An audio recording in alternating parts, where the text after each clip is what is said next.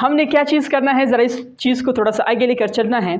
हमने ये देखा कि हमारे पास जो वैल्यू आती हैं VRMS या IRMS की, that equals to IRMS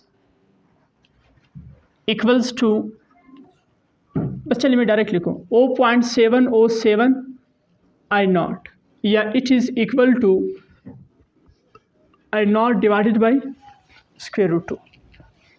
if you are asked, अगर आपसे पूछा जाए, दिस इज इक्वेशन ए, अगर आपसे पूछा जाए कि फाइंड द मैक्सिमम करंट या मैक्सिमम वोल्टेज, कि मैक्सिमम करंट मालूम करो या मैक्सिमम वोल्टेज मालूम करो, तो मैक्सिमम करंट या मैक्सिमम वोल्टेज को कैसे फाइंड करेंगे, कोई बता सकता है? जी भाई,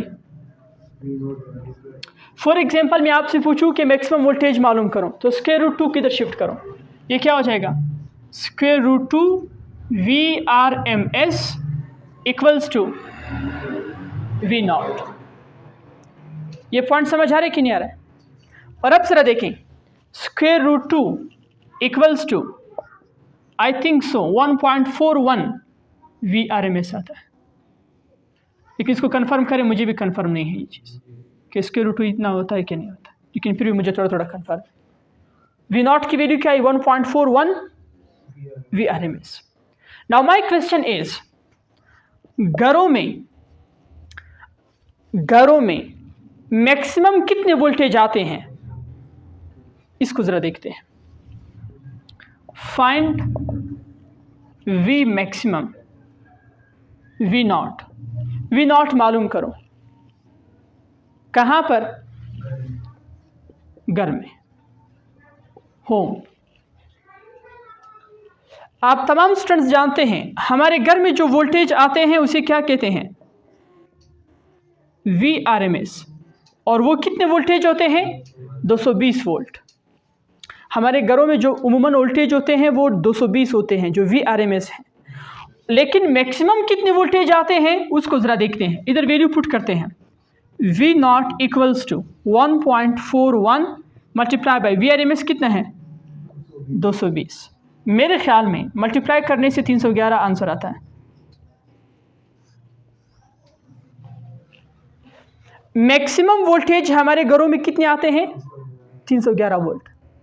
लेकिन हमारे डिवाइसेस ऐसे बने गए हैं, रेफ्रिजरेटर वगैरह, स्टेबलाइज़र वगैरह, इसी तरह से बाकी जो घर के अप्लायंसेस वगैरह हैं वो ऐसे बनाए गए हैं कि वो हमारे काम करते हैं RMS वैल्यू के ऊपर। किस वैल्यू के ऊपर? इसी वजह से अगर आप बोर्ड वगैरह देखो तो उसमें भी वो 220 वाली चीज़ें नज़र आते हैं। क्यों? क्योंकि उसको RMS वैल्यू पर डिज़ाइन किया गया है। RMS पे क्यों डिज़ाइन किया गया है? बिकॉज उस पर AC और DC की फंक्शनिंग क्या होती हैं? सेम होती है। इस वजह से आपके घर में जितने भी डिवाइसेस वगैरह बनाए गए हैं वो किस चीज़ के मुताबिक बनाए गए हैं? RMS वोल्टेज की बुनियाद पर बनाए गए। लेकिन हकीकतन में वोल्टेज 220 नहीं बल्कि मैक्सिमम कितने होते हैं? 311 वोल्ट होते हैं। लेकिन वो जो VRMS है वो फिर क्या है कि उस पर AC और DC की फंक्शनिंग क्या होती है? वो सेम होती है। ये पॉइंट समझ है कि नहीं? तो ये आपके पास क्या है? मैक्सिमम वोल्टेज है। इस तरह से तमाम के तमाम टॉपिक यहाँ पर जो है वो क्या हो जाते हैं? ख़त्म हो जाते हैं। और इस यहाँ से फिर एक और टॉपिक स्टार्ट होता है। आप लोग का थोड़ा सा यहाँ पे तवज्जो दिला दो। AC through resistor, AC through capacitor, AC through an inductor, AC through RL series circuit, AC through RC series circuit, AC through RL parallel circuit, AC through RC parallel circuit, AC through RLC circuit. ये नाम सुने कि नहीं सुने? मैं थोड़ा सा आपको अच्छे तरीके से हिंट देकर बताऊंगा। समझ आ रहा है कि नहीं आ रहा है? मतलब एक ट्रिक है, बस वो बता के आपको ये चैप्टर कंप्लीट करवा देता हूँ अभी इसी जगह पे। 3 मेन टॉपिक्स इस चैप्टर में बहुत इंपॉर्टेंट है। एक है AC थ्रो रजिस्टर, ताकि कम से कम फिर बाद में आपको अफसोस तो ना हो कि इस चैप्टर में हमने चीज़ें नहीं पढ़े। और दूसरा क्या मैंने बताया अभी? AC थ्रो, बोलो यार, कैपेसिटर। एक और भी था, AC थ्रो एन इंडक्टर, कि AC जो है वो किसके साथ कनेक्ट किया हो? कंडक्टर के इंडक्टर के साथ हमने कनेक्ट किया। जानते हैं इंडक्टर क्या होता है या नहीं? क्या बना लिखो?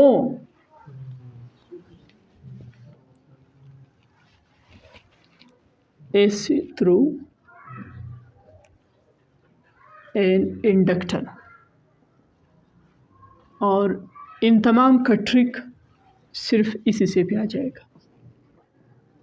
एक लाइन नहीं बल्कि एक लफ्ज़ में आप इन तीनों टॉपिक्स को कवर करोगे, एक लफ्ज़ में। डिटेल से आपको प्रूफ करके मतलब आप देख सकते हैं, लेकिन इसका ट्रिक सिर्फ एक लफ्ज़ है। समझ आ रहा है कि नहीं यार? चले देखो भाई, AC थ्रू रजिस्टर है, कोई बल्ब वगैरह कुछ इस तरह से, इसको कहते हैं रजिस्टर।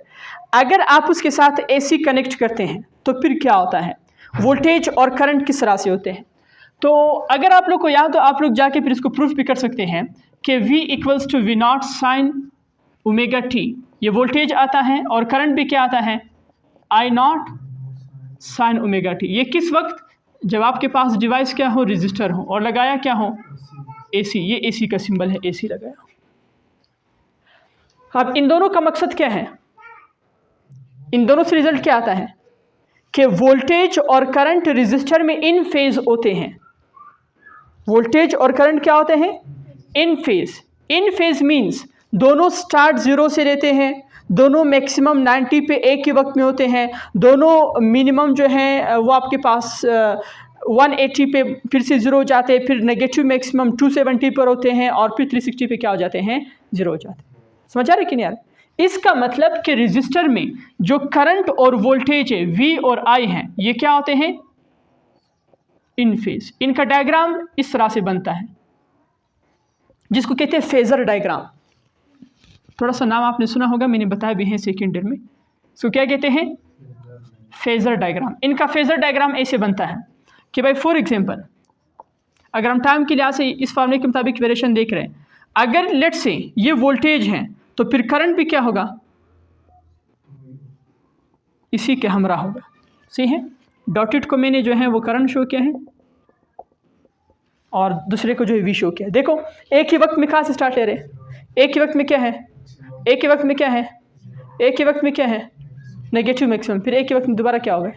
इसको क्या कहते हैं? In phase, same angle.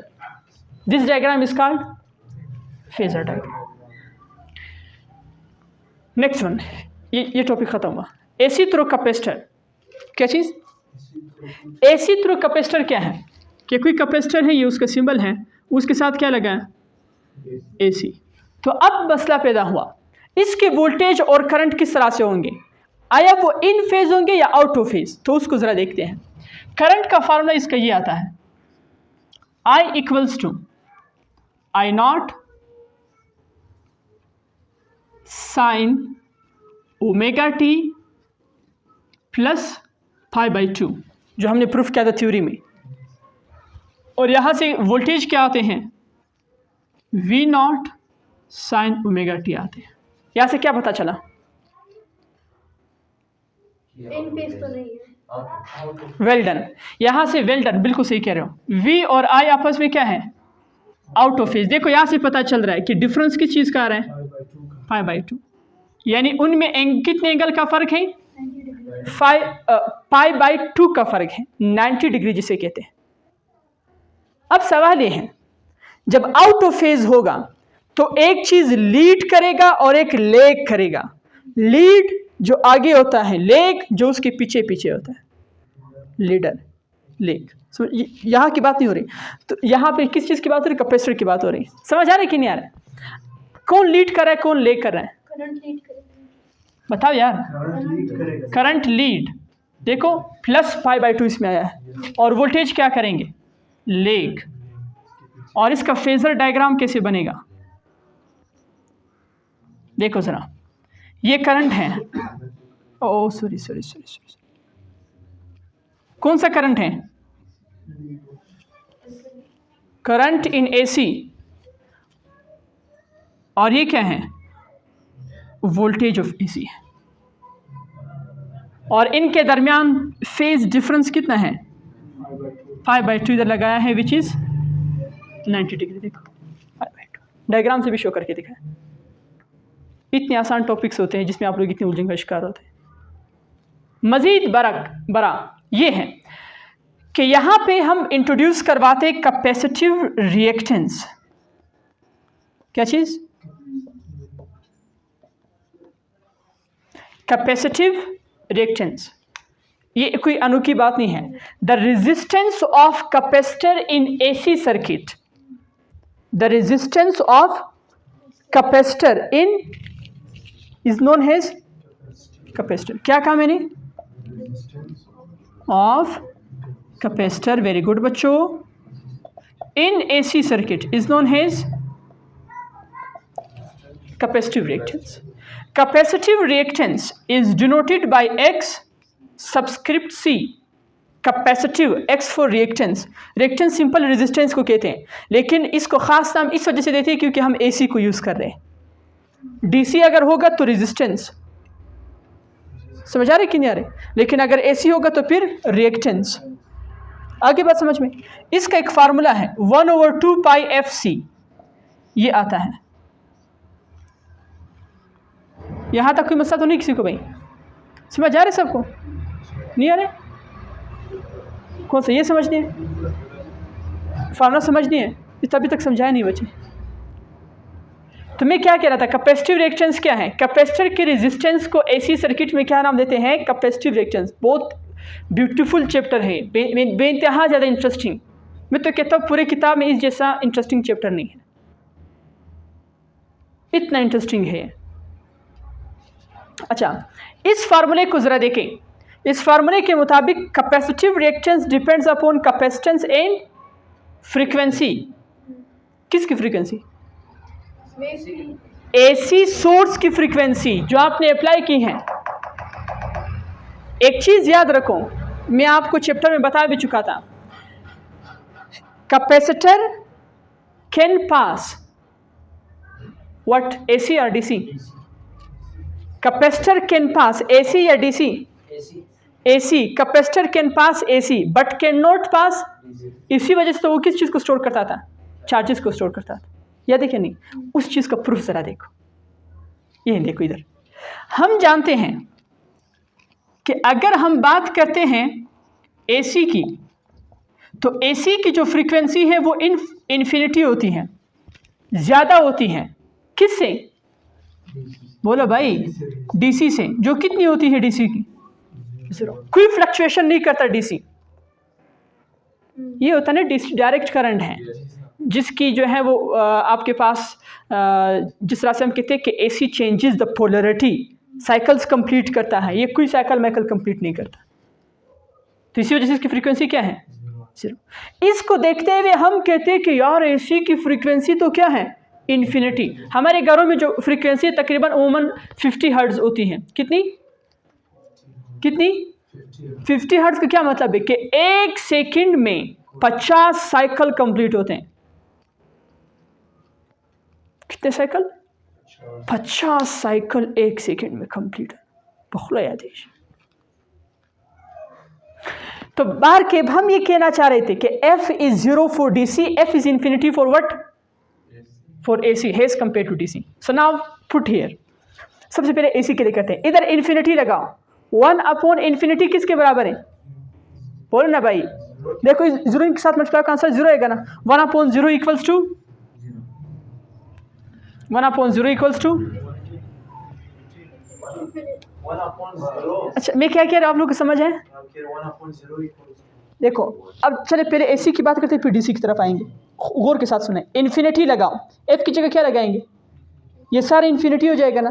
1/∞ किसके बराबर है? 0। सो XC किस चीज़ के बराबर है? देखो रेजिस्टेंस 0 हुआ कैपेसिटर का AC सर्किट में, क्या नहीं? इसी वजह से वो इसी को क्या करता है? नो रुकावट, नथिंग। थ्योरेटिकल रीजन भी आपको दी थी कि क्यों पास करता है, क्योंकि म्यूचुअल इंडक्शन का प्रोसेस बिल्कुल हो जाता है। एक प्लेट का इफेक्ट दूसरी प्लेट के ऊपर होता है।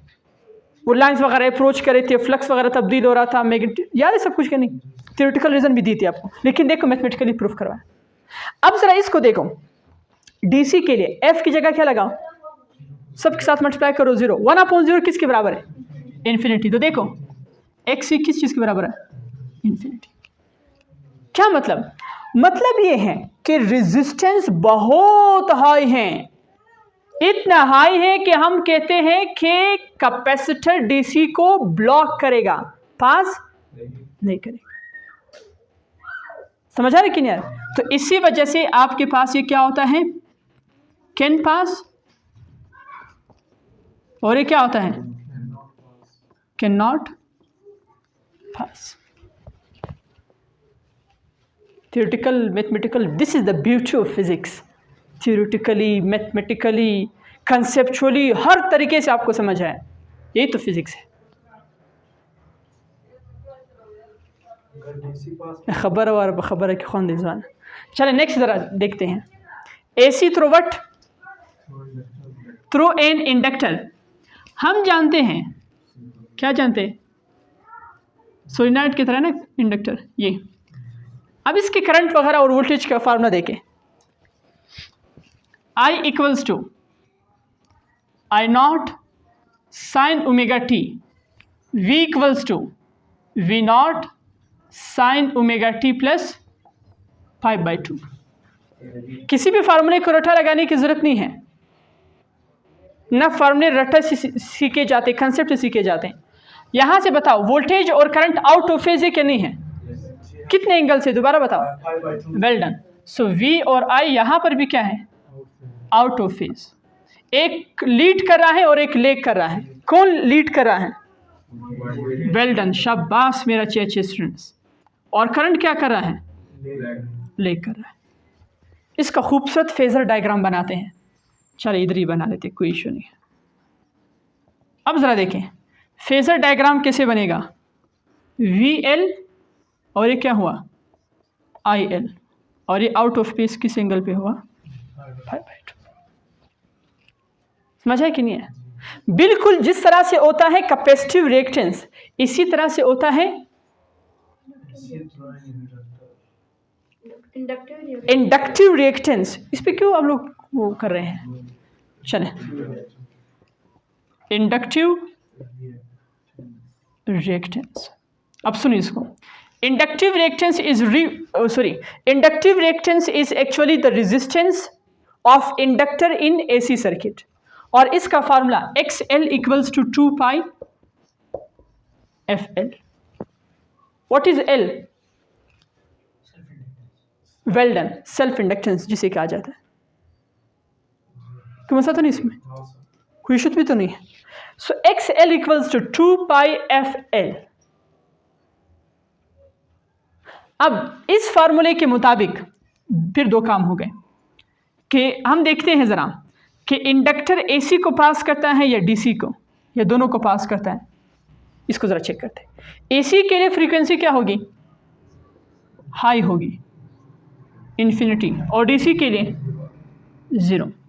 इधर अगर आप F की जगह इन्फिनिटी पुट करोगे तो ये क्या हो जाएगा, XL इक्वल्स टू इन्फिनिटी। अगर इधर F की जगह 0 पुट करोगे तो XL किसके बराबर आएगा। क्या मतलब हुआ कि inductor is the device, inductor ऐसा डिवाइस है which can pass DC but can not pass AC। Capacitor के बरक्स से क्या नहीं है, थ्योरेटिकल रीजन समझो। AC को क्यों पास नहीं करता, कल मैं काफ़ी डिटेल से पढ़ा चुका था और बहुत इंपॉर्टेंट कल के लेक्चर्स थे।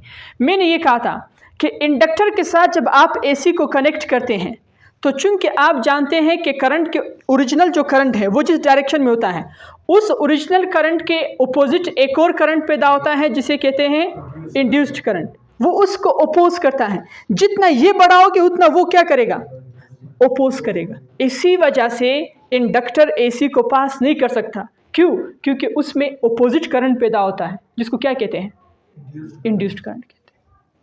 मुखालिफतें शुरू हो जाती हैं। ये देखिए, बस ये सारा टॉपिक, सारे बुक का, सारे चैप्टर का ये खुलासा है। लेकिन ये बातें अगर आप भूल जाए फिर क्या करेंगे, कुछ नहीं करना है, सिंपल। अगर ये बातें आप भूल गए तो सबसे पहले आपको एक अच्छी खासी सज़ा देनी चाहिए। सज़ा ऐसी सज़ा नहीं हो कि आपको चक्कर पे भेजें, सज़ा ऐसी सज़ा हो कि आपको डायरेक्ट सिविल हॉस्पिटल भेज दिया जाए? कहाँ पे भेज दिया जाए भाई, बताओ ज़रा, कहाँ पे? ट्रिक आ गया भाई, ट्रिक आ गया, देखो ज़रा, सिविल हॉस्पिटल। अब आप वहाँ पे पहुँच गए, पहुँचने के बाद आपका इलाज शुरू हुआ, मिर्च मसाला सब कुछ तैयार में है। जैसे यहाँ पे आपके आँख खुल गए, आपकी आँख जैसे ही खुली तो आपको पता चला कि अरे हम कहाँ पर हैं, सिविल हॉस्पिटल के अंदर हैं, आईसीयू में है, शाबाश। और उधर जब देखते हैं सर लेक्चर दे रहा होता है और उसने लिखा भी क्या है, सिविल लिखा हुआ, और वो अभी बताना चाहते हैं कि सिविल क्या है। देखो जरा ना, देखो C4 गुड, और L4 इंडक्टर।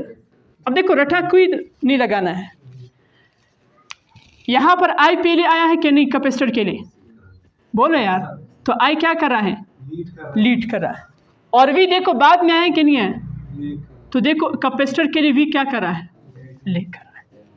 कोई मसला तो इसमें नहीं है। इधर ज़रा देखते हैं अपने रिजल्ट को, I क्या करता है, V क्या करता है, लीड। इंडक्टर को ज़रा देखते हैं,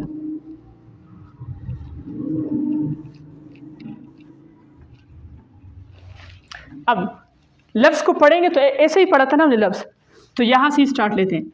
पहले कौन आ रहा है, वी आ रहा है नालायक, देखो वी आ रहा है, फिर बाद में क्या आ रहा है, करंट। ये देखो क्या कर रहा है, लेग कर रहा है। कोई मसला तो नहीं है, समझ आ रही कि नहीं आ रही है? देखो कैपेसिटर के लिए आई लीड वी लेग, इंडक्टर के लिए वी लीड आई लेग। इधर ज़रा चेक करते हैं, वी लीड आई लेग, बस सारा ख़त्म हो गया।